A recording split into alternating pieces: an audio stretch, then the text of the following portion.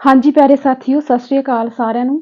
ਤੇ ਅੱਜ ਦੀ ਕਲਾਸ ਦੇ ਵਿੱਚ ਤੁਹਾਡਾ ਸਵਾਗਤ ਆ। ਇੱਕ ਸੀਡੀਪੀ ਦੀ ਕਲਾਸ ਲਾਈਵ ਲਗਾਉਣ ਦੀ ਵੀ ਕੋਸ਼ਿਸ਼ ਕੀਤੀ ਸੀ। ਸਪੈਸ਼ਲ ਮੈਂ ਖੇਤਾਂ ਤੇ ਗਈ ਸੀ ਤੇ ਮੈਨੂੰ ਲੱਗਿਆ ਵੀ ਉੱਥੇ ਨੈਟਵਰਕ ਵਧੀਆ ਆਊਗਾ। ਚਲੋ ਕਲਾਸ ਤੇ ਚਲ ਆਪਣੀ ਨਹੀਂ ਲੱਗੀ, ਪਰ ਖੇਤਾਂ ਦਾ ਨਜ਼ਾਰਾ ਜਿਹੜੇ ਸੀ, ਇੱਕ ਦੋ ਬੱਚੇ ਆਏ ਸੀ, 5-7 ਮਿੰਟ ਦੀ ਕਲਾਸ ਸੀ, ਬੱਚਿਆਂ ਨੇ ਦੇਖਿਆ। ਠੀਕ ਆ।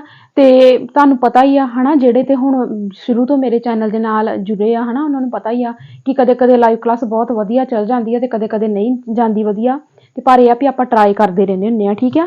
ਵੇਖੋ ਅੱਜ ਆਪਾਂ ਦੋ ਟੌਪਿਕ ਕਰਨੇ ਆ। ਇੱਕ ਆਪਣਾ ਟੌਪਿਕ ਹੈਗਾ ਵਾ ਚਾਈਲਡ ਸੈਂਟਰਡ ਐਜੂਕੇਸ਼ਨ, ਜਿਹਦੇ ਵਿੱਚ ਆਪਾਂ ਪ੍ਰੋਗਰੈਸਿਵ ਐਜੂਕੇਸ਼ਨ ਕਰਾਂਗੇ, ਤੇ ਇੱਕ ਆਪਾਂ ਕਰਾਂਗੇ RTE ਐਜੂਕੇਸ਼ਨ 2009 ਪੂਰਾ ਬਰੀਕੀ ਦੇ ਨਾਲ ਪੜਾਉਂਗੀ। ਠੀਕ ਆ।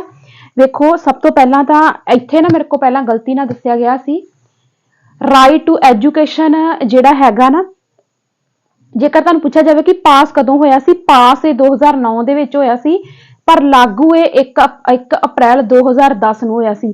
ਪਤਾ ਕੀ ਆ, ਜਦੋਂ ਆਪਾਂ ਮੇਨ ਹੈਡਿੰਗ ਹੀ ਆਪਣਾ ਕੀ ਆ, RTE ਐਜੂਕੇਸ਼ਨ 2009।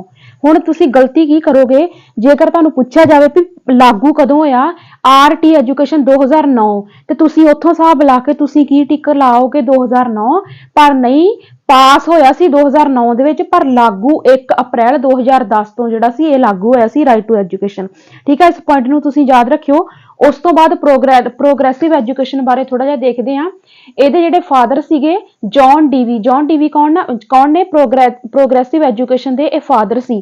ਹੁਣ ਜੌਨ ਡੀਵੀ ਕਹਿੰਦਾ ਕੀ ਆ, ਕਹਿੰਦਾ ਹੈਂਡ ਔਨ ਐਕਸਪੀਰੀਅੰਸ, ਇਹ ਕਹਿੰਦਾ ਬੱਚੇ ਨੂੰ ਕਰਕੇ ਸਿੱਖਣ ਦੇ ਮੌਕੇ ਦਿਓ।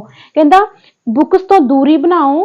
ਫਿਰ ਕੀ ਕਹਿੰਦਾ, ਮਤਲਬ ਬੱਚਿਆਂ ਨੂੰ ਕਿਤਾਬੀ ਕੀੜਾ ਨਹੀਂ ਬਣਾਉਣਾ। ਇਹ ਕੀ ਕਹਿੰਦਾ, ਕਹਿੰਦਾ ਕਿ ਬੱਚੇ ਨੂੰ ਜਿਹੜਾ ਵਾ ਉਹਨਾਂ ਦੀ ਕਿਤਾਬਾਂ ਤੋਂ ਦੂਰੀ ਬਣਾਓ। ਕਹਿਣ ਦਾ ਮਤਲਬ ਇਹ ਕਿ ਬੱਚੇ ਨੂੰ ਕਿਤਾਬੀ ਕੀੜਾ ਜਿਹੜਾ ਵਾ ਉਹ ਨਹੀਂ ਬਣਾਉਣਾ। ਫਿਰ ਇਹ ਕਹਿੰਦਾ ਵਾ ਪ੍ਰੋਬਲਮ ਸੋਲਵਿੰਗ ਐਕਟੀਵਿਟੀ, ਮਤਲਬ ਬੱਚਿਆਂ ਨੂੰ ਏਦਾਂ ਦੀਆਂ ਐਕਟੀਵਿਟੀ ਖੁਦ ਕਰਨ ਦੇ ਮੌਕੇ ਦਿਓ, ਜਿਹਦੇ ਨਾਲ ਬੱਚੇ ਏਦਾਂ ਦੀਆਂ ਐਕਟੀਵਿਟੀਜ਼ ਜਿਹਦੇ ਨਾਲ ਬੱਚੇ ਜਿਹੜੇ ਆਪਣੀਆਂ ਪ੍ਰੋਬਲਮ ਨੂੰ ਸੋਲਵ ਕਰ ਸਕਣ। ਫਿਰ ਕਹਿੰਦਾ ਵਾ developing critical thinking to child, ਕਹਿੰਦੇ ਏਦਾਂ ਦਾ ਟੀਚਰ ਹੋਣਾ ਚਾਹੀਦਾ ਵਾ, ਏਦਾਂ ਦੀ ਐਜੂਕੇਸ਼ਨ ਪਾਲਿਸੀ, ਏਦਾਂ ਦੇ ਮੈਥਡ ਆਫ ਟੀਚਿੰਗ ਹੋਣੇ ਚਾਹੀਦੇ ਆ ਜਿਹਦੇ ਨਾਲ ਬੱਚਿਆਂ ਦੀ ਕ੍ਰਿਟੀਕਲ ਥਿੰਕਿੰਗ ਦਾ ਜਿਹੜਾ ਵਾ ਵਿਕਾਸ ਹੋਵੇ। ਕ੍ਰਿਟੀਕਲ ਥਿੰਕਿੰਗ ਮਤਲਬ ਚਿੰਤਨ ਕਰ ਸਕਣ, ਤਰਕ ਕਰਕੇ ਸਿੱਖ ਸਕਣ।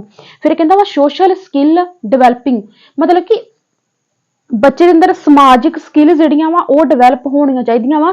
ਲਾਈਫ ਲੌਂਗ ਲਰਨਿੰਗ, ਮਤਲਬ ਉਹਨਾਂ ਨੂੰ ਏਦਾਂ ਦਾ ਸਿਖਾਓ ਕਿ ਉਹ ਰੱਟੇ ਵਾਲੀ ਸਥਿਤੀ ਨਾ ਹੋਵੇ, ਮਤਲਬ ਜੋ ਉਹਨਾਂ ਨੇ ਸਿੱਖਿਆ ਉਹ ਉਹਨਾਂ ਦੇ ਲਾਈਫ ਟਾਈਮ ਤੱਕ ਉਹਨਾਂ ਦੇ ਨਾਲ ਰਵੇ।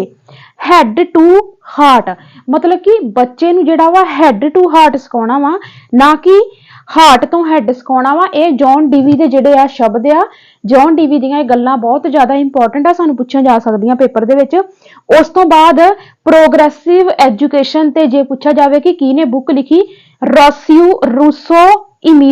ਰਸੋ ਈਮਿਲ ਜਿਹੜਾ ਸੀ ਉਹਨੇ ਬੁੱਕ ਲਿਖੀ ਸੀ ਪ੍ਰੋਗਰੈਸਿਵ ਐਜੂਕੇਸ਼ਨ ਤੇ। ਛੋਟੇ ਬੱਚਿਆਂ ਨੂੰ ਵੱਡੇ ਬੱਚਿਆਂ ਦਾ ਸਾਥ ਮਿਲਣਾ ਚਾਹੀਦਾ। ਇਹ ਕੀ ਕਹਿੰਦਾ ਸੀ ਰੂਸੋ, ਇਹ ਕਹਿੰਦਾ ਛੋਟੇ ਬੱਚਿਆਂ ਨੂੰ ਵੱਡੇ ਬੱਚਿਆਂ ਦਾ ਸਾਥ ਮਿਲਣਾ ਚਾਹੀਦਾ ਵਾ। ਉਸ ਤੋਂ ਬਾਅਦ ਕਿੰਡਰ ਗਾਰਡਨ ਦਾ ਕਨਸੈਪਟ ਜੇ ਪੁੱਛ ਲਿਆ ਜਾਵੇ ਵੀ ਕਿੰਡਰ ਗਾਰਡਨ ਦਾ ਕਨਸੈਪਟ ਜਿਹੜਾ ਵਾ ਇਹ ਕਿਹਨੇ ਦਿੱਤਾ, ਤੇ ਕਿੰਡਰ ਗਾਰਡਨ ਦਾ ਜਿਹੜਾ ਕਨਸੈਪਟ ਆ ਇਹ ਫਰੋਬਲ ਨੇ ਦਿੱਤਾ ਸੀ। ਯਾਦ ਰੱਖਿਓ, ਫਰੋਬਲ ਨੇ ਕੀ ਦਿੱਤਾ ਸੀ, ਕਿੰਡਰ ਗਾਰਡਨ ਦਾ ਪ੍ਰੋਸੈਸ, ਮਤਲਬ ਇਨਰ ਨੇਚਰ, ਬੱਚਾ ਆਪਣੇ ਅੰਦਰੂਨੀ ਸੁਭਾਅ ਕਰਕੇ ਸਿੱਖਦਾ। ਮਤਲਬ ਇਹਨੇ ਕਿਹਾ ਕਿ ਬੱਚੇ ਦੇ ਅੰਦਰ ਇਨਰ ਨੇਚਰ ਹੁੰਦੀ ਆ, ਬੱਚਾ ਆਪਣੇ ਅੰਦਰੂਨੀ ਜਿਹੜੇ ਉਹਦੇ ਅਨੁਭਵ ਹੁੰਦੇ ਆ ਅੰਦਰਲੇ, ਉਹਨਾਂ ਤੋਂ ਬੱਚਾ ਜਿਹੜਾ ਵਾ ਸਿੱਖਦਾ। ਉਸ ਤੋਂ ਬਾਅਦ ਮਾਰੀਆ ਮੈਂਟੈਂਸਰੀ ਮੈਡਮ, ਇਹਦੇ ਬਾਰੇ ਤਾਂ ਤੁਹਾਨੂੰ ਪਤਾ ਹੀ ਹਨਾ, ਪੰਜਾਬੀ ਦੇ ਵਿੱਚ ਵੀ ਇਹਦੇ ਕਨਸੈਪਟ ਆਉਂਦੇ ਆ ਹਨਾ। ਮਤਲਬ ਇਹਨੇ ਕਿਹਾ no human being is educated by another person, ਮਤਲਬ ਇਹਦੀ ਵੱਖਰੀ ਤਰ੍ਹਾਂ ਦੀ ਥਿੰਕਿੰਗ ਇਹਨੇ ਦੇਤੀ। ਇਹ ਕੀ ਕਹਿੰਦੀ, ਇਹ ਕਹਿੰਦੀ ਕਿ ਜਿਹੜੀ ਮਤਲਬ ਮਨੁੱਖ ਦਾ ਬੱਚਾ ਜਾਂ ਮਨੁੱਖ ਜਿਹੜੀ ਹਿਊਮਨ ਬੀਇੰਗ ਆ ਉਹ ਕਦੀ ਵੀ ਦੂਜੇ ਪਰਸਨ ਤੋਂ ਨਹੀਂ ਸਿੱਖਦੀ। ਨਹੀਂ ਸਿੱਖਦੀ ਹੈ, ਨਹੀਂ ਸਿੱਖਦੀ, ਨੋ ਕਿਹਾ, ਹਾਂ ਸੌਰੀ ਮੈਂ ਕਨਫਿਊਜ਼ ਹੋ ਗਈ। No human being is educated by another person, ਮਤਲਬ ਕਿ ਇਹਨੇ ਕਿਹਾ ਕਿ ਮਨੁੱਖ ਦੂਜੇ ਵਿਅਕਤੀ ਤੋਂ ਨਹੀਂ ਸਿੱਖਦਾ, ਜਿਹੜਾ ਬੱਚਾ ਵਾ ਉਹ ਆਪਣੇ ਅੰਦਰੂਨੀ ਅਨੁਭਵਾਂ ਦੇ ਨਾਲ ਸਿੱਖਦਾ ਵਾ। ਠੀਕ ਆ, ਉਹ ਖੁਦ ਅੰਦਰੋਂ ਮੋਟੀਵੇਟਡ ਹੁੰਦਾ ਵਾ। ਇਹ ਮਾਰੀਆ ਮੈਂਟੈਂਸਰੀ ਦੇ ਸ਼ਬਦ ਆ, ਇਹਨੂੰ ਤੁਸੀਂ ਜ਼ਰੂਰ ਯਾਦ ਰੱਖਿਓ। ਉਸ ਤੋਂ ਬਾਅਦ ਆਪਾਂ ਜਾਣਦੇ ਆ ਰਾਈਟ ਟੂ ਐਜੂਕੇਸ਼ਨ 2009 ਤੇ। ਜਿਹੜਾ ਰਾਈਟ ਟੂ ਐਜੂਕੇਸ਼ਨ 2009 ਆ, ਠੀਕ ਹੈ, ਯਾਦ ਰੱਖਿਓ, ਸਾਲ 2002 ਵਿੱਚ ਸੰਵਿਧਾਨ ਵਿੱਚ 86 ਅਮੈਂਡਮੈਂਟ ਆਰਟੀਕਲ 21 ਦੇ ਤਹਿਤ ਮੌਲਿਕ ਅਧਿਕਾਰ ਦੇ ਰੂਪ ਵਿੱਚ 6 ਤੋਂ ਲੈ ਕੇ 14 ਸਾਲ ਦੀ ਉਮਰ ਦੇ ਸਾਰੇ ਬੱਚਿਆਂ ਨੂੰ ਮੁਫਤ ਤੇ ਲਾਜ਼ਮੀ ਸਿੱਖਿਆ ਦਾ ਪ੍ਰਬੰਧ ਕਰਦਾ ਹੈ। की याद रखना वा सानू सारिਆਂ ਨੂੰ पता कि आर्टिकल 21 की आ एक मौलिक अधिकार है जिहदे विच की कहा गया कि 6 ਤੋਂ 14 साल तक ਦੇ ਬੱਚਿਆਂ ਨੂੰ ਮੁਫਤ ਅਤੇ ਲਾਜ਼ਮੀ ਸਿੱਖਿਆ ਮਿਲੂਗੀ। ਹੁਣ ਇਹ ਕਿਹੜੀ ਸੋਧ ਦੇ ਨਾਲ ਆਇਆ ਵਾ 2002 86 ਅਮੈਂਡਮੈਂਟ ਦੇ ਨਾਲ ਆਇਆ। ठीक है, इस पॉइंट ਨੂੰ ਤੁਸੀਂ ਨੇ याद रखना। उस तो बाद अगला हैगा वा ਬੱਚਿਆਂ ਦਾ ਮੁਫਤ ਅਤੇ ਲਾਜ਼ਮੀ ਸਿੱਖਿਆ ਐਕਟ ਦਾ ਜਿਹੜਾ ਅਧਿਕਾਰ ਆ ਜੋ ਕਿ 1 ਅਪ੍ਰੈਲ 2010 ਨੂੰ ਲਾਗੂ ਹੋਇਆ। ਇਹ ਅਧਿਨਿਯਮ ਰਾਜ ਸਭਾ ਵਿੱਚ 20 ਜੁਲਾਈ 2009 ਨੂੰ ਪਾਸ ਕੀਤਾ ਗਿਆ। ਮੈਂ ਵੀਡੀਓ ਦੀ ਸਟਾਰਟਿੰਗ ਦੇ ਵਿੱਚ ਹੀ ਦੱਸਤਾ ਸੀਗਾ ਕਿ ਮੈਂ ਇਹ ਟੌਪਿਕ ਤੁਹਾਨੂੰ ਬਹੁਤ ਹੀ ਜ਼ਿਆਦਾ ਬਰੀਕੀ ਦੇ ਨਾਲ ਕਰਵਾਉਣ ਵਾਲੀ ਆ। ਵੇਖੋ ਜਿਹੜਾ ਇਹ ਮੁਫਤ ਤੇ ਲਾਜ਼ਮੀ ਸਿੱਖਿਆ ਦਾ ਜਿਹੜਾ ਐਕਟ ਸੀਗਾ ਇਹ ਲਾਗੂ ਤੇ ਹੋਇਆ 1 ਅਪ੍ਰੈਲ 2010 ਨੂੰ, ਪਰ ਸਾਨੂੰ ਇਹ ਪਤਾ ਹੋਣਾ ਚਾਹੀਦਾ ਵੀ ਰਾਜ ਸਭਾ ਦੇ ਵਿੱਚ ਕਦੋਂ ਪਾਸ ਹੋਇਆ, ਲੋਕ ਸਭਾ ਦੇ ਵਿੱਚ ਕਦੋਂ ਪਾਸ ਹੋਇਆ, ਰਾਸ਼ਟਰਪਤੀ ਨੇ ਇਹਦੇ ਤੇ ਕਦੋਂ ਸਾਈਨ ਕੀਤੇ, ਕਿਹੜੀ ਸਟੇਟ ਵਿੱਚ ਪਹਿਲਾਂ ਲਾਗੂ ਹੋਇਆ, ਕਿਹੜੀ ਸਟੇਟ ਵਿੱਚ ਮਗਰੋਂ ਲਾਗੂ ਹੋਇਆ। ਇਹ ਸਾਰੀ ਡਿਟੇਲ ਆਰਟੀ ਐਜੂਕੇਸ਼ਨ ਦਾ ਮਤਲਬ ਹੀ ਇਹ ਆ। ਜੇ ਆਰਟੀ ਐਜੂਕੇਸ਼ਨ ਜੇਕਰ ਤੁਸੀਂ ਪੜ੍ਹਨੀ ਆ ਤੇ ਇਸ ਤਰੀਕੇ ਦੇ ਨਾਲ ਪੜ੍ਹੋ, ਲਾਗੂ ਕਦੋਂ ਹੋਇਆ, ਪਾਸ ਕਦੋਂ ਹੋਇਆ, ਰਾਜ ਸਭਾ ਵਿੱਚ ਕਦੋਂ ਲਾਗੂ ਹੋਇਆ, ਲੋਕ ਸਭਾ ਵਿੱਚ ਕਦੋਂ ਲਾਗੂ ਹੋਇਆ, ਬਰੀਕੀ ਦੇ ਨਾਲ ਜੜਾਂ ਫੜ ਲਿਆ ਕਰੋ ਟੌਪਿਕ ਦੀਆਂ। ਠੀਕ ਆ, ਰਾਜ ਸਭਾ ਦੇ ਵਿੱਚ 20 ਜੁਲਾਈ 2009 ਈਅਰ ਸੇਮ ਆ, ਬਸ ਡੇਟ ਯਾਦ ਰੱਖਿਓ 20 ਜੁਲਾਈ ਨੂੰ ਰਾਜ ਸਭਾ ਦੇ ਵਿੱਚ ਪਾਸ ਹੋਇਆ ਸੀ। ਇਸ ਪੁਆਇੰਟ ਨੂੰ ਤੁਸੀਂ ਯਾਦ ਰੱਖਿਓ। ਉਸ ਤੋਂ ਬਾਅਦ ਹੈਗਾ ਵਾ ਲੋਕ ਸਭਾ ਦੇ ਵਿੱਚ 4 ਅਗਸਤ 2009 ਨੂੰ ਪਾਸ ਕੀਤਾ, ਜੂਨ ਜੁਲਾਈ ਅਗਸਤ। ਠੀਕ ਹੈ, ਮਤਲਬ ਸੀਕੁਐਂਸ ਵਾਈਜ਼ ਚੱਲ ਰਹੇ ਆ ਮੰਥ। ਠੀਕ ਹੈ, ਯਾਦ ਰੱਖਣੇ ਈਜ਼ੀ ਆ। 20 ਜੁਲਾਈ 2009 ਨੂੰ ਰਾਜ ਸਭਾ ਵਿੱਚ ਪਾਸ ਹੋਇਆ ਕੀ ਲਾਜ਼ਮੀ ਸਿੱਖਿਆ ਦਾ ਐਕਟ, ਤੇ ਲੋਕ ਸਭਾ ਦੇ ਵਿੱਚ 4 ਅਗਸਤ 2009 ਨੂੰ ਪਾਸ ਹੋਇਆ। ਉਸ ਤੋਂ ਬਾਅਦ ਰਾਸ਼ਟਰਪਤੀ ਕਦੋਂ ਸਾਈਨ ਕਰਦਾ ਵਾ, ਅਗਸਤ ਦੇ ਮਹੀਨੇ ਹੀ ਸਾਈਨ ਕਰਦਾ ਵਾ 26 ਅਗਸਤ। ਈਅਰ ਸੇਮ ਹੀ ਆਈ ਜਾਣਾ, ਬਸ ਤੁਹਾਨੂੰ ਤਰੀਕਾਂ ਯਾਦ ਰੱਖਣੀਆਂ ਪੈਣੀਆਂ। 26 ਅਗਸਤ 2009 ਨੂੰ ਜਿਹੜਾ ਵਾ ਰਾਸ਼ਟਰਪਤੀ ਦੇ ਇਹਦੇ ਤੇ ਸਾਈਨ ਹੋਏ ਸੀ। ਉਸ ਤੋਂ ਬਾਅਦ ਅਗਲੇ ਪੁਆਇੰਟ ਤੇ ਚਲੋ। ਜੰਮੂ ਕਸ਼ਮੀਰ ਨੂੰ ਛੱਡ ਕੇ ਪੂਰੇ ਭਾਰਤ ਵਿੱਚ ਅਪ੍ਰੈਲ 2010 ਨੂੰ ਲਾਗੂ ਕਰ ਦਿੱਤਾ ਗਿਆ।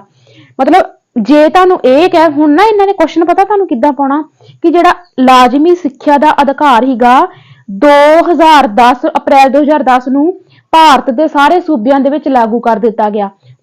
ਉਥੇ ਹੋਊਗਾ ਬਿਲਕੁਲ ਸਹੀ ਹੈ, ਗਲਤ ਹੈ ਇਦਾਂ ਕਰਕੇ ਹਨਾ, ਪਰ ਸਾਰਿਆਂ 'ਚ ਨਹੀਂ ਆਊਗਾ ਕਿਉਂਕਿ ਜੰਮੂ ਕਸ਼ਮੀਰ ਦੇ ਵਿੱਚ ਇਹਨਾਂ ਨੇ ਮਗਰੋਂ ਲਾਗੂ ਕੀਤਾ ਵਾ। ਜੰਮੂ ਕਸ਼ਮੀਰ ਦੇ ਵਿੱਚ ਉਦੋਂ ਇਹਨਾਂ ਨੇ ਨਹੀਂ ਲਾਗੂ ਕੀਤਾ।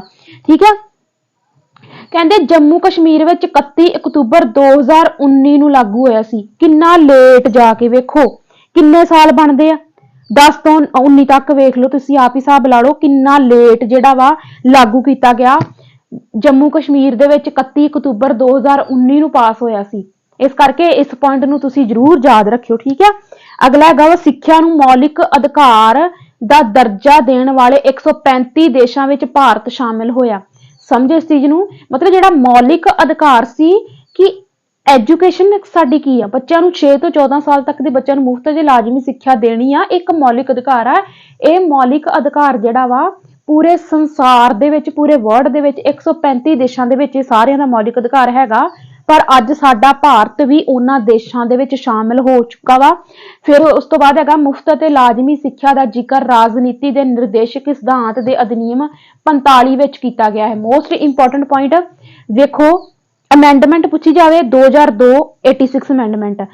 ਰਾਜਨੀਤੀ ਦੇ ਨਿਰਦੇਸ਼ਕ ਸਿਧਾਂਤ DSP ਸਿਸਟਮ ਜਿਹੜਾ ਸਾਡਾ ਹੈਗਾ ਵਾ ਉਹਦੇ ਵਿੱਚ ਆਰਟੀਕਲ 45 ਵੀ ਕਿਹਦੀ ਗੱਲ ਕਰਦਾ ਵਾ, ਮੁਫਤ ਅਤੇ ਲਾਜ਼ਮੀ ਸਿੱਖਿਆ ਦੀ। ਆਰਟੀਕਲ 21 ਠੀਕ ਆ, ਮੁਫਤ ਅਤੇ ਲਾਜ਼ਮੀ ਸਿੱਖਿਆ ਦਾ ਅਧਿਕਾਰ, ਤੇ ਇਸੇ ਹੀ ਚੀਜ਼ ਦੀ ਗੱਲ ਨਿਰਦੇਸ਼ਕ ਸਿਧਾਂਤਾਂ ਦਾ ਆਰਟੀਕਲ ਵੀ ਕਰਦਾ ਵਾ, ਆਰਟੀਕਲ 45। ਉਸ ਤੋਂ ਬਾਅਦ ਹੈਗਾ ਵਾ ਸਾਲ 2009 ਦੇ ਮੁਫਤ ਅਤੇ ਲਾਜ਼ਮੀ ਸਿੱਖਿਆ ਦੇ ਅਧਿਨਿਯਮ ਤਹਿਤ 7ਵਾਂ ਭਾਗ 38 ਅਨੁਛੇਦ ਅਤੇ ਇੱਕ ਅਨੁਸੂਚੀ ਨੂੰ ਸ਼ਾਮਿਲ ਕੀਤਾ ਗਿਆ। ਮਤਲਬ 2009 ਦੇ ਵਿੱਚ ਜਿਹੜਾ ਮੁਫਤ ਅਤੇ ਲਾਜ਼ਮੀ ਸਿੱਖਿਆ ਦਾ ਆਰਟੀਕਲ ਸੀ ਉਹਦੇ ਵਿੱਚ ਜਿਹੜਾ ਸਾਡਾ ਭਾਗ 7ਵਾਂ ਵਾ ਤੇ ਅਨੁਛੇਦ ਯਾਨੀ ਕਿ ਸਾਡਾ ਆਰਟੀਕਲ ਕਿੰਨਾ ਹੈਗਾ ਵਾ 38 ਤੇ ਪਹਿਲੀ ਸੂਚੀ ਦੇ ਵਿੱਚ ਇਹਨੂੰ ਸ਼ਾਮਿਲ ਕੀਤਾ ਗਿਆ ਸੀ। ਇਸ ਪੁਆਇੰਟ ਨੂੰ ਵੀ ਤੁਸੀਂ ਜ਼ਰੂਰ ਯਾਦ ਰੱਖਿਓ। ਠੀਕ ਆ, ਉਸ ਤੋਂ ਬਾਅਦ ਆਪਾਂ ਜਾਣਦੇ ਹਾਂ ਅਗਲੇ ਪੁਆਇੰਟ ਤੇ। ਦੇਖੋ ਫਾਦਰ ਆਫ RTE ਐਕਟ 2009 ਠੀਕ ਹੈ ਇਨ ਇੰਡੀਆ, ਮਤਲਬ ਕਿ ਭਾਰਤ ਦੇ ਵਿੱਚ। ਠੀਕ ਹੈ, ਭਾਰਤ ਦੇ ਵਿੱਚ RT ਐਜੂਕੇਸ਼ਨ ਦਾ ਪਿਤਾਮਾ ਕਿਹਨੂੰ ਮੰਨਿਆ ਜਾਂਦਾ ਵਾ, ਗੋਪਾਲ ਕ੍ਰਿਸ਼ਨ ਗੋਖਲੇ ਨੂੰ, ਕਿਉਂਕਿ ਗੋਪਾਲ ਕ੍ਰਿਸ਼ਨ ਗੋਖਲੇ ਨੇ 18 ਮਾਰਚ 18 ਮਾਰਚ 1910 ਨੂੰ ਸਿਰਫ ਭਾਰਤ ਵਿੱਚ ਮੁਫਤ ਅਤੇ ਲਾਜ਼ਮੀ ਪ੍ਰਾਇਮਰੀ ਸਿੱਖਿਆ ਦਾ ਪ੍ਰਸਤਾਵ ਦਿੱਤਾ ਸੀ। ਮਤਲਬ ਇਹ ਪ੍ਰਸਤਾਵ ਕਿਹਨੇ ਪੇਸ਼ ਕੀਤਾ ਸੀ? ਭਾਰਤ ਦੇ ਵਿੱਚ ਉਹ ਬੰਦਾ ਕਿਹੜਾ ਸੀ ਜਿਹਨੇ ਕਿਹਾ ਕਿ ਭਾਰਤ ਵਿੱਚ ਮੁਫਤ ਅਤੇ ਲਾਜ਼ਮੀ ਸਿੱਖਿਆ ਦਾ ਜਿਹੜਾ ਐਕਟ ਆ ਉਹ ਲਾਗੂ ਹੋਣਾ ਚਾਹੀਦਾ। ਇਹ ਗੱਲ ਕਿਹਨੇ ਰੱਖੀ ਸੀ? ਗੋਪਾਲ ਕ੍ਰਿਸ਼ਨ ਗੋਖਲੇ ਨੇ। ਇਸੇ ਹੀ ਕਰਕੇ ਗੋਪਾਲ ਕ੍ਰਿਸ਼ਨ ਗੋਖਲੇ ਨੂੰ RTE ਐਜੂਕੇਸ਼ਨ 2009 ਦਾ ਪਿਤਾ ਜਿਹੜਾ ਉਹ ਮੰਨਿਆ ਜਾਂਦਾ ਵਾ। ਉਸ ਤੋਂ ਬਾਅਦ ਆਪਾਂ RTE ਐਜੂਕੇਸ਼ਨ ਦੀਆਂ ਕੁਝ ਵਿਸ਼ੇਸ਼ਤਾਵਾਂ ਕਰਾਂਗੇ ਵੀ ਇਹਦੇ ਵਿੱਚ ਹੈ ਕੀ। ਸਭ ਤੋਂ ਪਹਿਲਾਂ ਹੈਗਾ ਵਾ ਇਹ ਸਿਰਫ 6 ਤੋਂ 14 ਸਾਲ ਤੱਕ ਦੇ ਬੱਚਿਆਂ ਲਈ ਲਾਗੂ ਹੋਵੇਗਾ। ਮਤਲਬ ਇਹ ਜਿਹੜਾ ਐਕਟ ਆ ਸਿਰਫ 6 ਤੋਂ 14 ਸਾਲ ਤੱਕ ਦੇ ਬੱਚਿਆਂ ਲਈ ਲਾਗੂ ਹੁੰਦਾ ਵਾ। ਇਹ ਨਿਯਮ 1 ਤੋਂ 8ਵੀਂ ਜਮਾਤ ਦੇ ਸਾਰੇ ਸਰਕਾਰੀ ਅਤੇ ਗੈਰ ਸਰਕਾਰੀ ਸਕੂਲਾਂ ਤੇ ਲਾਗੂ ਹੁੰਦਾ। ਮਤਲਬ ਕਿ 6 ਤੋਂ 14 ਸਾਲ ਤੱਕ ਦੇ ਜਿਹੜੇ ਬੱਚੇ ਆ, ਪਹਿਲੀ ਕਲਾਸ ਤੋਂ ਲੈ ਕੇ 8ਵੀਂ ਕਲਾਸ ਤੱਕ ਦੇ ਜਿਹੜੇ ਬੱਚੇ ਆ, ਸਰਕਾਰੀ ਚਾਹੇ ਗੈਰ ਸਰਕਾਰੀ ਉਹ ਸਕੂਲ ਹੁੰਦੇ ਜਿਹੜੇ ਮਾਨਤਾ ਪ੍ਰਾਪਤ ਹੁੰਦੇ ਆ ਹਨਾ, ਉਹਨਾਂ ਸਕੂਲਾਂ ਦੇ ਵਿੱਚ ਲਾਗੂ ਹੋਊਗਾ। ਜਿਹੜੇ ਨਿੱਜੀ ਸਕੂਲ ਆ, ਪ੍ਰਾਈਵੇਟ ਸਕੂਲ ਆ, ਉਹਨਾਂ ਦੇ ਵਿੱਚ ਲਾਗੂ ਨਹੀਂ ਹੁੰਦਾ। ਠੀਕ ਆ। ਜੇਕਰ ਕਿਸੇ ਕਾਰਨ ਕਰਕੇ 6 ਸਾਲ ਤੋਂ ਵੱਧ ਉਮਰ ਦਾ ਬੱਚਾ ਸਕੂਲ ਨਹੀਂ ਜਾ ਸਕਿਆ ਤਾਂ ਉਸਦੀ ਉਮਰ ਦੇ ਅਨੁਸਾਰ ਉਸਨੂੰ ਢੁਕਵੀਂ ਜਮਾਤ ਵਿੱਚ ਦਾਖਲਾ ਦੇਣਾ ਪਵੇਗਾ। ਮਤਲਬ ਵੇਖੋ ਕਈ ਪੇਰੈਂਟਸ ਮਤਲਬ ਅਨਐਜੂਕੇਟਡ ਹੁੰਦੇ ਆ ਜਾਂ ਘਰ ਦੇ ਵਿੱਚ ਕੋਈ ਪ੍ਰੋਬਲਮ ਹੁੰਦੀ, ਬੱਚਾ ਵੱਡਾ ਹੋ ਜਾਂਦਾ, ਸਕੂਲ ਨਹੀਂ ਪਾਉਂਦੇ, ਪਰ ਏਜ ਦੇ ਅਕੋਰਡਿੰਗ ਬੱਚੇ ਨੂੰ ਆਪਾਂ ਮੰਨ ਲਓ ਬੱਚਾ ਹੁਣ 6-7 ਸਾਲ ਦਾ ਹੋ ਗਿਆ, ਕਿਸੇ ਘਰ ਦੀ ਪ੍ਰੋਬਲਮ ਕਰਕੇ ਉਹਦੇ ਪੇਰੈਂਟਸ ਨੇ ਉਹਨੂੰ ਸਕੂਲ ਨਹੀਂ ਪਾਇਆ, ਪਰ RTE ਐਜੂਕੇਸ਼ਨ 2009 ਕੀ ਕਹਿੰਦਾ ਸੀ, ਬਾਅਦ ਵਿੱਚ ਇਹਦੇ ਵਿੱਚ ਸੋਧਾਂ ਵੀ ਹੋਈਆਂ, ਉਹਦੇ ਬਾਰੇ ਆਪਾਂ ਗੱਲ ਕਰਾਂਗੇ ਬਾਅਦ ਵਿੱਚ। ਪਰ ਪਹਿਲਾਂ ਤੁਸੀਂ ਇਹ ਸਮਝੋ ਵੀ ਜਿਹੜਾ RTE ਐਜੂਕੇਸ਼ਨ 2009 ਹੀ ਇਹ ਕਹਿੰਦਾ ਸੀ ਕਿ ਬੱਚਾ ਚਾਹੇ ਕਿਸੇ ਵੀ ਕਾਰਨ ਕਰਕੇ ਵੱਡਾ ਹੋ ਗਿਆ ਪਰ ਉਹਦੀ ਏਜ ਦੇ ਅਕੋਰਡਿੰਗ ਉਹਦੀ ਜਿੰਨੀ ਕਲਾਸ ਬਣਦੀ ਆ ਉਹਨੂੰ ਉਸੇ ਕਲਾਸ ਦੇ ਵਿੱਚ ਦਾਖਲਾ ਜਿਹੜਾ ਮਿਲਣਾ ਚਾਹੀਦਾ। ਇਹਦੇ ਹੀ ਨਾਲ ਇਸੇ ਹੀ ਕਰਕੇ ਵਜ੍ਹਾ ਕੀ ਬਣਦੀ ਆ ਵੀ ਹੁਣ ਸਾਨੂੰ ਪਤਾ ਹੋਣਾ ਚਾਹੀਦਾ ਵੀ ਕਿੰਨੀ ਏਜ ਦਾ ਬੱਚਾ ਕਿਹੜੀ ਕਲਾਸ ਤੱਕ ਹੋਣਾ ਚਾਹੀਦਾ। 6 ਸਾਲ ਦਾ ਬੱਚਾ ਪਹਿਲੀ ਕਲਾਸ ਦੇ ਵਿੱਚ ਹੋਣਾ ਚਾਹੀਦਾ, 7 ਸਾਲ ਦਾ ਬੱਚਾ ਦੂਜੀ ਕਲਾਸ ਦੇ ਵਿੱਚ ਹੋਣਾ ਚਾਹੀਦਾ, 8 ਸਾਲ ਦਾ ਬੱਚਾ ਤੀਜੀ ਕਲਾਸ 'ਚ ਹੋਣਾ ਚਾਹੀਦਾ, 9 ਸਾਲ ਦਾ ਬੱਚਾ ਚੌਥੀ 'ਚ ਹੋਣਾ ਚਾਹੀਦਾ, 10 ਸਾਲ ਦਾ ਬੱਚਾ 5ਵੀਂ 'ਚ ਹੋਣਾ ਚਾਹੀਦਾ, 11 ਸਾਲ ਦਾ ਬੱਚਾ 6ਵੀਂ 'ਚ ਹੋਣਾ ਚਾਹੀਦਾ, 12 ਸਾਲ ਦਾ ਬੱਚਾ 7ਵੀਂ 'ਚ ਹੋਣਾ ਚਾਹੀਦਾ, 13 ਸਾਲ ਦਾ ਬੱਚਾ 8ਵੀਂ 'ਚ ਹੋਣਾ ਚਾਹੀਦਾ। ਸੀਕੁਐਂਸ ਵਾਈਜ਼ ਯਾਦ ਰੱਖ ਲਿਓ, ਮੇਰੀ PDF ਤੁਹਾਨੂੰ ਭੇਜ ਦੂੰਗੀ, ਇੱਕ ਵਾਰੀ ਤੁਸੀਂ ਖੁਦ ਵੀ ਪੜ੍ਹ ਲਿਓ। ਉਸ ਤੋਂ ਬਾਅਦ ਆਹ ਪੁਆਇੰਟ ਨੋਟ ਕਰਿਓ, 14 ਸਾਲ ਤੱਕ ਦਾ ਬੱਚਾ 8ਵੀਂ ਕਲਾਸ ਤੱਕ ਦੀ ਸਿੱਖਿਆ ਪ੍ਰਾਪਤ ਕਰ ਲਵੇਗਾ। ਠੀਕ ਆ, ਮੋਸਟ ਇੰਪੋਰਟੈਂਟ ਪੁਆਇੰਟ ਆ, ਪੇਪਰ ਦੇ ਵਿੱਚ ਪੁੱਛਿਆ ਜਾ ਸਕਦਾ ਵਾ ਕਿ ਜਿਹੜਾ 14 ਸਾਲ ਦਾ ਬੱਚਾ ਵਾ ਉਹ ਕਿਹੜੀ ਕਲਾਸ ਪਾਸ ਕਰ ਲੈਂਦਾ ਵਾ। 14 ਸਾਲ ਦਾ ਬੱਚਾ 8ਵੀਂ ਕਲਾਸ ਜਿਹੜੀ ਆ ਉਹ ਪਾਸ ਕਰ ਲੈਂਦਾ ਏ। ਠੀਕ ਆ। ਉਸ ਤੋਂ ਬਾਅਦ ਆਪਾਂ ਜਿਹੜੇ ਆ ਆਰਟੀਕਲ ਪੜ੍ਹਨੇ ਆ। ਆਰਟੀਕਲ 38 ਜਿਹੜਾ ਵਾ ਅੱਗੋਂ ਕਈ ਆਰਟੀਕਲ ਦੇ ਵਿੱਚ ਵੰਡਿਆ ਹੋਇਆ ਵਾ, ਮਤਲਬ ਭਾਗ ਪਹਿਲਾ ਦੂਜਾ ਤੀਜਾ ਏਦਾਂ ਕਰਕੇ, ਮਤਲਬ ਇਹ ਆਰਟੀਕਲ 38 ਦੇ ਪਾਰਟ ਆ, ਇਹਨੂੰ ਆਪਾਂ ਸੰਖੇਪ ਦੇ ਨਾਲ ਪੜ੍ਹਨੇ ਆ। ਠੀਕ ਹੈ, ਏਦਾਂ ਦੀ ਡਿਟੇਲ ਤੁਹਾਨੂੰ ਕਿਤੇ ਵੀ ਨਹੀਂ ਮਿਲਣੀ RTE ਐਜੂਕੇਸ਼ਨ 2009 ਦੀ। ਪਲੀਜ਼ ਸਾਰੇ ਇੱਕ ਪੁਆਇੰਟ ਨੂੰ ਧਿਆਨ ਦੇ ਨਾਲ ਸੁਣਦੇ ਜਾਓ। ਇਹਦਾ ਆਰਟੀਕਲ ਜਿਹੜਾ ਪਹਿਲਾ ਵਾ ਉਹ ਕਹਿੰਦਾ ਸੰਖੇਪ, ਨਾਮ ਅਤੇ ਵਿਸਤਾਰ। ਦੂਜੇ ਦੇ ਵਿੱਚ ਆ ਜਾਂਦੀ ਆ ਪਰਿਭਾਸ਼ਾ। ਜਿਹੜਾ ਆਰਟੀਕਲ ਤੀਜਾ ਵਾ ਉਹ ਕਹਿੰਦਾ ਵਾ ਮੁਫਤ ਅਤੇ ਲਾਜ਼ਮੀ ਸਿੱਖਿਆ ਦਾ ਅਧਿਕਾਰ। ਠੀਕ ਆ। ਉਸ ਤੋਂ ਬਾਅਦ ਚੌਥਾ ਆਰਟੀਕਲ ਜਿਹੜਾ ਵਾ ਉਹ ਕਹਿੰਦਾ ਵਾ ਉਮਰ ਦੇ ਅਨੁਸਾਰ ਦਾਖਲਾ ਦਿੱਤੇ ਜਾਣ ਦਾ ਪ੍ਰਾਵਧਾਨ। ਚੌਥਾ ਆਰਟੀਕਲ ਕਿਹਦੀ ਗੱਲ ਕਰਦਾ ਵਾ ਵੀ ਬੱਚੇ ਨੂੰ ਉਹਦੀ ਉਮਰ ਦੇ ਅਨੁਸਾਰ ਜਿਹੜਾ ਵਾ ਅਸੀਂ ਦਾਖਲਾ ਦੇਣਾ। ਆਰਟੀਕਲ 5ਵਾਂ ਦੂਜੇ ਸਕੂਲ ਵਿੱਚ ਤਬਾਦਲੇ ਦਾ ਅਧਿਕਾਰ। ਮਤਲਬ ਕਿ ਜੇਕਰ ਬੱਚੇ ਨੇ ਕਿਸੇ ਵੀ ਕਾਰਨ ਕਰਕੇ ਜਾਂ ਉਹਦੇ ਫਾਦਰ ਕਿਤੇ ਜੌਬ ਕਰਦੇ ਆ ਹਨਾ, ਤੇ ਬੱਚੇ ਨੇ ਸਕੂਲ ਬਦਲਣਾ ਵਾ ਤੇ ਉਹ ਸਕੂਲ ਦਾ ਫਰਜ਼ ਬਣਦਾ ਵਾ ਕਿ ਸਕੂਲ ਉਹਨੂੰ ਉਹਦਾ ਕਰੈਕਟਰ ਸਰਟੀਫਿਕੇਟ ਕੱਟ ਕੇ ਦਊਗਾ। ਜੇਕਰ ਉਹ ਕੱਟ ਕੇ ਨਹੀਂ ਦਿੰਦੇ ਤੇ ਇਹ ਕਾਨੂੰਨੀ ਜੁਰਮ ਆ। ਮਤਲਬ ਕਿ ਦੂਜੇ ਸਕੂਲ ਵਿੱਚ ਤਬਾਦਲੇ ਦਾ ਅਧਿਕਾਰ ਆਰਟੀਕਲ ਕਿਹੜਾ ਦਿੰਦਾ ਵਾ? ਆਰਟੀਕਲ 5ਵਾਂ। ਆਰਟੀਕਲ 6ਵਾਂ ਸਥਾਨਕ ਅਫਸਰਾਂ ਦੀਆਂ ਜ਼ਿੰਮੇਵਾਰੀਆਂ। ਜਿਨ੍ਹਾਂ ਥਾਵਾਂ ਤੇ ਸਕੂਲ ਨਹੀਂ ਉੱਥੇ 3 ਸਾਲ ਦੇ ਅੰਦਰ ਅੰਦਰ ਸਕੂਲ ਸਥਾਪਿਤ ਕੀਤਾ ਜਾਵੇ। ਮਤਲਬ ਕੀ ਕਹਿੰਦੇ, ਜਿਹੜੇ ਸਥਾਨਕ ਅਫਸਰ ਹੁੰਦੇ ਆ, ਮਤਲਬ ਜਿਨ੍ਹਾਂ ਥਾਵਾਂ ਤੇ ਸਕੂਲ ਨਹੀਂ ਹੈਗੇ, ਕੋਈ ਏਦਾਂ ਦੀ ਲੋਕਲ ਜਗ੍ਹਾ ਜਿੱਥੇ ਕੋਈ ਸਕੂਲ ਹੀ ਨਹੀਂ ਹੈਗਾ, ਉੱਥੋਂ ਦੀ ਜਿਹੜੀਆਂ ਨਗਰ ਪਾਲਿਕਾਵਾਂ ਵਾ ਜਾਂ ਉੱਥੋਂ ਦੀ ਕੋਈ ਜਿਹੜੀ ਸਥਾਨਕ ਸਰਕਾਰ ਆ, ਸਥਾਨਕ ਅਫਸਰ ਆ, ਉਹਨਾਂ ਲਈ ਇਹ ਕਾਨੂੰਨ ਲਾਗੂ ਆ ਵੀ ਉਹਨਾਂ ਨੇ ਉਸ ਏਰੀਏ ਦੇ ਵਿੱਚ 3 ਸਾਲ ਦੇ ਅੰਦਰ ਅੰਦਰ ਸਕੂਲ ਸਥਾਪਿਤ ਕਰਨਾ। ਇਹ ਆਰਟੀਕਲ ਕੌਣ ਗੱਲ ਕਰਦਾ ਵਾ? ਆਰਟੀਕਲ 6ਵਾਂ। ਉਸ ਤੋਂ ਬਾਅਦ ਆਰਟੀਕਲ 7ਵੇਂ ਤੇ ਆ ਜਾਓ। ਕੇਂਦਰ ਅਤੇ ਰਾਜ ਸਰਕਾਰਾਂ ਇਸ ਐਕਟ ਦੀਆਂ ਧਾਰਾਵਾਂ ਨੂੰ ਲਾਗੂ ਕਰਨਗੇ ਅਤੇ ਫੰਡ ਪ੍ਰਦਾਨ ਕਰਵਾਉਣਗੇ। ਆਰਟੀਕਲ 7ਵਾਂ ਗੱਲ ਕਰਦਾ ਵਾ ਕਿ ਇਹ ਜਿਹੜਾ ਸਾਡਾ RTE ਐਜੂਕੇਸ਼ਨ 2009 ਆ, ਇਹਦੇ ਪ੍ਰਤੀ ਫੰਡ ਦੇਣੇ ਜਾਂ ਇਹਦੇ ਪ੍ਰਤੀ ਕੋਈ ਨਵੀਆਂ ਧਾਰਾਵਾਂ ਲਾਉਣੀਆਂ, ਇਹ ਸਿਰਫ ਕੇਂਦਰ ਸਰਕਾਰ ਤੇ ਰਾਜ ਸਰਕਾਰਾਂ ਮਿਲ ਕੇ ਜਿਹੜਾ ਵਾ ਲਗਾ ਸਕਦੀਆਂ। ਯਾਨੀ ਕਿ ਸੈਂਟਰ ਗਵਰਨਮੈਂਟ ਤੇ ਸਟੇਟ ਗਵਰਨਮੈਂਟ ਜਿਹੜੀ ਆ ਮਿਲ ਕੇ ਇਹਦੇ ਪ੍ਰਤੀ ਕੰਮ ਕਰ ਸਕਦੀਆਂ। ਉਸ ਤੋਂ ਬਾਅਦ ਆਰਟੀਕਲ 10ਵੇਂ ਤੇ ਆ ਜਾਓ। ਹਾਂ, ਆਰਟੀਕਲ 10ਵਾਂ ਵਾ। ਠੀਕ ਆ। ਤੇ ਉਸ ਤੋਂ ਬਾਅਦ ਮਾਪਿਆਂ ਦੇ ਫਰਜ਼ ਆਪਣੇ ਬੱਚਿਆਂ ਨੂੰ ਨਜ਼ਦੀਕੀ ਸਕੂਲ ਵਿੱਚ ਮੁੱਢਲੀ ਸਿੱਖਿਆ ਪ੍ਰਾਪਤ ਕਰਵਾਉਣਾ ਭੇਜਣਾ। ਮਤਲਬ ਮੂਲ ਕਰਤੱਵ 51 ਏ ਦੇ ਅਧੀਨ 11 ਮੂਲ ਕਰਤੱਵ ਸ਼ਾਮਿਲ ਕੀਤੇ ਗਏ ਹਨ। ਮਤਲਬ ਚਲੋ ਕਰਤੱਵ ਦਾ ਤਾਂ ਸਾਨੂੰ ਪਤਾ ਹੀ ਆ। ਹਾਂ, ਆਰਟੀਕਲ 10ਵਾਂ ਕੀ ਕਹਿੰਦਾ, ਮਤਲਬ ਬੱਚਿਆਂ ਦਾ ਕੀ ਫਰਜ਼ ਆ। ਮਤਲਬ ਆਰਟੀਕਲ 10ਵਾਂ ਗੱਲ ਕਰਦਾ ਵਾ ਕਿ ਮਾਪਿਆਂ ਦਾ ਵੀ ਫਰਜ਼ ਬਣਦਾ ਵਾ ਕਿ ਉਹ ਜ਼ਿਆਦਾ ਦੂਰੀ ਤੇ ਆਪਣੇ ਬੱਚਿਆਂ ਨੂੰ ਸਕੂਲ ਨਾ ਪਾਉਣ। ਮਤਲਬ ਘਰ ਦੇ ਨਜ਼ਦੀਕ ਥੋੜੀ 1-2 ਮੀਲ ਦੀ ਥੋੜੀ ਵਿੱਥ ਹੋਵੇ, ਇੱਥੇ ਕੁ ਜਿਹੜੇ ਆ ਮਾਪਿਆਂ ਦਾ ਵੀ ਫਰਜ਼ ਬਣਦਾ ਵੀ ਉਹ ਏਦਾਂ ਦੇ ਸਕੂਲ ਦੇ ਵਿੱਚ ਆਪਣੇ ਬੱਚੇ ਨੂੰ ਪਾਉਣ। ਉਸ ਤੋਂ ਬਾਅਦ ਆਰਟੀਕਲ 12ਵੇਂ ਤੇ ਆ ਜਾਓ। ਇਸ ਅਨੁਸਾਰ ਇਹ ਨਿਯਮ ਦੇ ਅਧੀਨ ਮਤਲਬ ਸਾਰੇ ਸਰਕਾਰੀ ਅਤੇ ਨਿੱਜੀ ਅਦਾਰਿਆਂ ਵਿੱਚ 25% ਸੀਟਾਂ SC ST OBC ਵਿਦਿਆਰਥੀਆਂ ਲਈ ਰਾਖਵੀਆਂ ਰੱਖੀਆਂ ਜਾਣੀਆਂ ਚਾਹੀਦੀਆਂ। ਮਤਲਬ ਸਕੂਲਾਂ ਦੇ ਵਿੱਚ ਜਿਹੜੇ ਦਾਖਲੇ ਦਾ ਪ੍ਰਬੰਧ ਆ ਉਹ 25% ਰਾਖਵਾਂ ਹੋਣਾ ਚਾਹੀਦਾ। ਕਿੰਨਾ ਬੱਚਿਆਂ ਲਈ? SC ST OBC ਕਾਸਟ ਦੇ ਵਿੱਚ ਜਿਹੜੇ ਬੱਚੇ ਆਉਂਦੇ ਆ। ਕਲੀਅਰ। ਇਹ ਆਰਟੀਕਲ ਕਰਦਾ ਵਾ 12। ਜਿਹੜੇ ਪੁਆਇੰਟ ਮੈਂ ਹਾਈਲਾਈਟ ਕੀਤੇ ਆ ਉਹ ਹੈਗੇ ਨੇ ਇੰਪੋਰਟੈਂਟ। ਠੀਕ ਆ, ਇਹਨਾਂ ਵੱਲ ਤੁਸੀਂ ਦੇਣਾ ਵਾ ਬਹੁਤ ਜ਼ਿਆਦਾ ਧਿਆਨ। ਠੀਕ ਆ। ਆਰਟੀਕਲ 13 ਤੇ ਆ ਜਾਓ। ਸਿੱਖਿਆ ਪ੍ਰਦਾਨ ਕਰਨ ਲਈ ਕੋਈ ਫੀਸ ਨਹੀਂ ਲਈ ਜਾਵੇਗੀ। ਮਤਲਬ ਕਿ ਸਰਕਾਰੀ ਸਕੂਲਾਂ ਦੇ ਵਿੱਚ ਬੱਚੇ ਨੂੰ ਐਜੂਕੇਸ਼ਨ ਦੇਣੀ ਆ ਤੇ ਉਹਦੀ ਆਪਾਂ ਬੱਚੇ ਤੋਂ ਕੋਈ ਫੀਸ ਨਹੀਂ ਲੈਣੀ। ਆਰਟੀਕਲ 14 ਤੇ ਆ ਜਾਓ। ਆਰਟੀਕਲ 14 ਕਹਿੰਦਾ ਵਾ ਜਨਮ ਪ੍ਰਮਾਣ ਪੱਤਰ ਨਾ ਹੋਣ ਤੇ ਵੀ ਦਾਖਲਾ ਦਿੱਤਾ ਜਾਵੇਗਾ। Most important point. ਹੁਣ ਵੇਖੋ, ਕਿਸੇ ਬੱਚੇ ਦਾ ਜਨਮ ਦਾ ਸਰਟੀਫਿਕੇਟ ਨਹੀਂ ਹੈਗਾ ਤੇ ਕੋਈ ਸਕੂਲ ਕਵੇ, ਕੋਈ ਪੇਰੈਂਟਸ ਆਪਣੇ ਬੱਚੇ ਨੂੰ ਐਡਮਿਸ਼ਨ ਕਰਵਾਉਣ ਗਿਆ ਹੈ ਸਕੂਲ, ਹਨਾ, ਉਹ ਕਹਿਣ ਵੀ ਲਿਆਓ ਆਪਦਾ ਬਰਥ ਸਰਟੀਫਿਕੇਟ ਦਿਓ ਬੱਚੇ ਦਾ, ਹਨਾ, ਤੇ ਉਹ ਕਹਿਣ ਵੀ ਹੈਗਾ ਨਹੀਂ ਆ। ਤੇ ਐਡੀ ਗੱਲ ਨਹੀਂ ਹੈਗੀ ਵੀ ਉਹ ਸਕੂਲ ਵਾਲੇ ਕਹਿਣਗੇ ਵੀ ਜਾਓ ਅਸੀਂ ਤੁਹਾਡੀ ਐਡਮਿਸ਼ਨ ਨਹੀਂ ਕਰਨੀ। ਇਹ ਬਿਲਕੁਲ ਕਾਨੂੰਨੀ ਜੁਰਮ ਆ। ਆਰਟੀਕਲ 14 ਕਹਿੰਦਾ ਕਿ ਭਾਵੇਂ ਬੱਚੇ ਕੋਲ ਜਨਮ ਪ੍ਰਮਾਣ ਪੱਤਰ ਹੈਗਾ ਚਾਹੇ ਨਹੀਂ ਹੈਗਾ, ਪਰ ਬੱਚੇ ਨੂੰ ਦਾਖਲਾ ਦੇਣਾ ਆ। ਇਹ ਚੀਜ਼ ਕਹਿੰਦਾ ਆਰਟੀਕਲ 14। ਆਰਟੀਕਲ 15 ਤੇ ਆ ਜਾਓ। ਕਿਸੇ ਵੀ ਬੱਚੇ ਨੂੰ ਕਿਸੇ ਵੀ ਜਮਾਤ ਵਿੱਚ ਫੇਲ ਹੋਣ ਤੇ ਰੋਕਿਆ ਨਹੀਂ ਜਾ ਸਕਦਾ। ਇਹ ਕਾਨੂੰਨ ਚੇਂਜ ਹੋ ਚੁੱਕਾ ਵਾ। ਅੱਜ ਤੋਂ ਕੁਝ ਸਾਲ ਪਹਿਲਾਂ ਜਦੋਂ ਆਪਾਂ ਪੜ੍ਹਦੇ ਸੀ ਤੇ ਉਹ ਚੁੱਕ ਕੇ ਧੱਕੇ ਨਾਲ ਅਗਲੀ ਕਲਾਸ ਦੇ ਵਿੱਚ ਬੱਚਿਆਂ ਨੂੰ ਕਰ ਦਿੰਦੇ ਸੀ। ਮੈਨੂੰ ਤਾਂ ਨਹੀਂ ਕਰਦੇ, ਮੈਂ ਤਾਂ ਵੈਸੇ ਪਾਸ ਹੀ ਹੁੰਦੀ ਰਹੀ ਹਾਂ। ਠੀਕ ਆ, ਹੁੰਦਾ ਸੀ ਨਾ ਏਦਾਂ। ਮਤਲਬ ਆਪਣੇ ਵੇਲੇ ਏਦਾਂ ਸੀ ਜਦੋਂ ਆਪਣੀ ਸਕੂਲਿੰਗ ਚੱਲਦੀ ਸੀ। ਪਰ ਹੁਣ ਮਤਲਬ ਆਰਟੀ ਐਜੂਕੇਸ਼ਨ 2009 ਦੇ ਵਿੱਚ ਸੋਧਾਂ ਹੋਈਆਂ ਵਾ। ਇਹਦੇ ਬਾਰੇ ਮੈਂ ਤੁਹਾਨੂੰ ਅੱਗੇ ਜਾ ਕੇ ਦੱਸੂਗੀ ਕਿ ਪਹਿਲਾਂ ਕੀ ਸੀ। ਮਤਲਬ ਪਹਿਲਾਂ ਵਾਲਾ ਕਾਨੂੰਨ ਵੀ ਯਾਦ ਰੱਖਣਾ ਤੇ ਹੁਣ ਵਾਲਾ ਵੀ ਯਾਦ ਰੱਖਣਾ। ਆਰਟੀਕਲ 15 ਕਿਹਦੀ ਗੱਲ ਕਰਦਾ ਸੀ ਵੀ ਭਾਵੇਂ ਬੱਚਾ ਫੇਲ ਹੋ ਜਾਂਦਾ ਵਾ ਤਾਂ ਵੀ ਉਹਨੂੰ ਅਗਲੀ ਕਲਾਸ 'ਚ ਕਰਨਾ ਵਾ, ਉਹਨੂੰ ਪਿਛਲੀ ਕਲਾਸ ਦੇ ਵਿੱਚ ਨਹੀਂ ਰੱਖਣਾ। ਇਹ ਸੀ ਪਹਿਲਾਂ ਵਾਲਾ ਰੂਲ ਆਰਟੀਈ ਐਜੂਕੇਸ਼ਨ 2009 ਦਾ।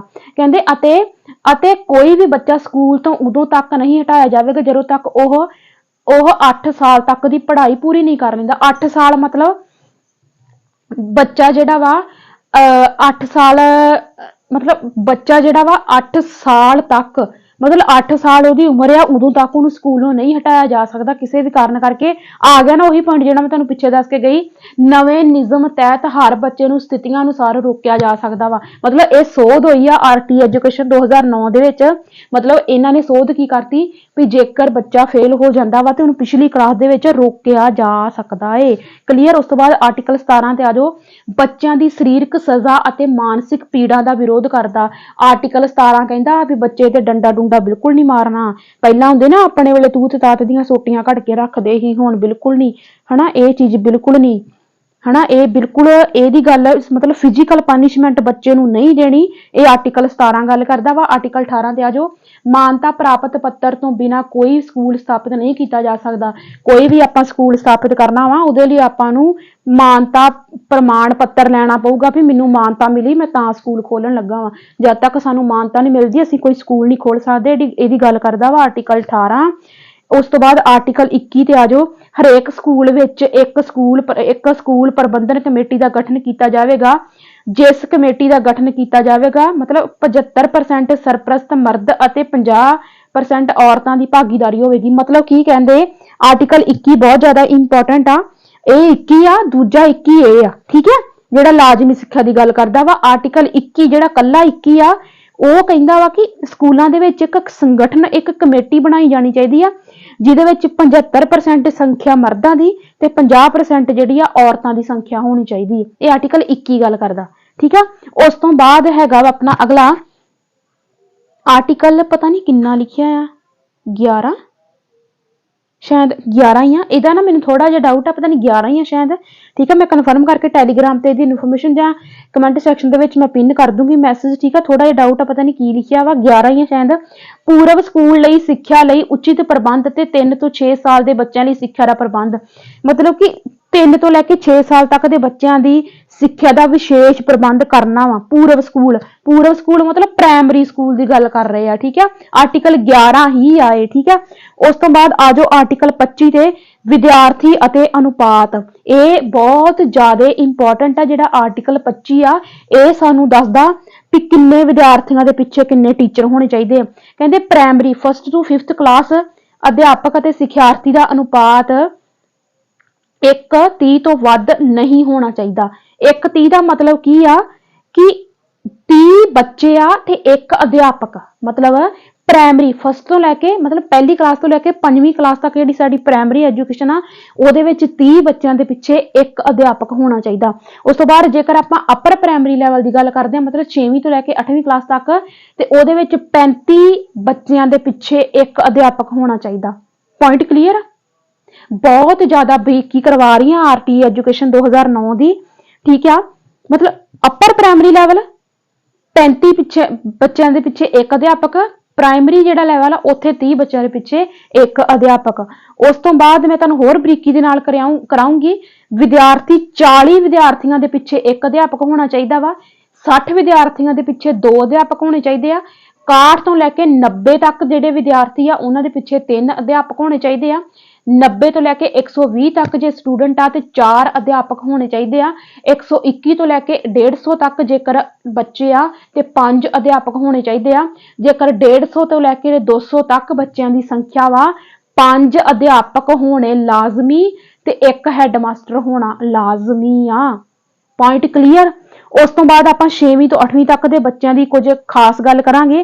ਕਹਿੰਦੇ ਉੱਚ ਪ੍ਰਾਇਮਰੀ ਪੱਧਰ ਤੇ ਵਿਦਿਆਰਥੀ ਅਧਿਆਪਕ ਅਨੁਪਾਤ, ਵਿਦਿਆਰਥੀ ਦਾ ਅਨੁਪਾਤ 35 ਹੈ, ਜਿਹੜਾ ਮੈਂ ਹੁਣੇ ਦੱਸਤਾ। ਉੱਚ ਪ੍ਰਾਇਮਰੀ ਲੈਵਲ ਮਤਲਬ ਜੇਕਰ ਇੱਥੇ 100 ਤੋਂ ਵੱਧ ਵਿਦਿਆਰਥੀ ਹੋਣ ਤਾਂ ਇੱਕ ਹੈਡਮਾਸਟਰ ਹੋਣਾ ਲਾਜ਼ਮੀ ਆ।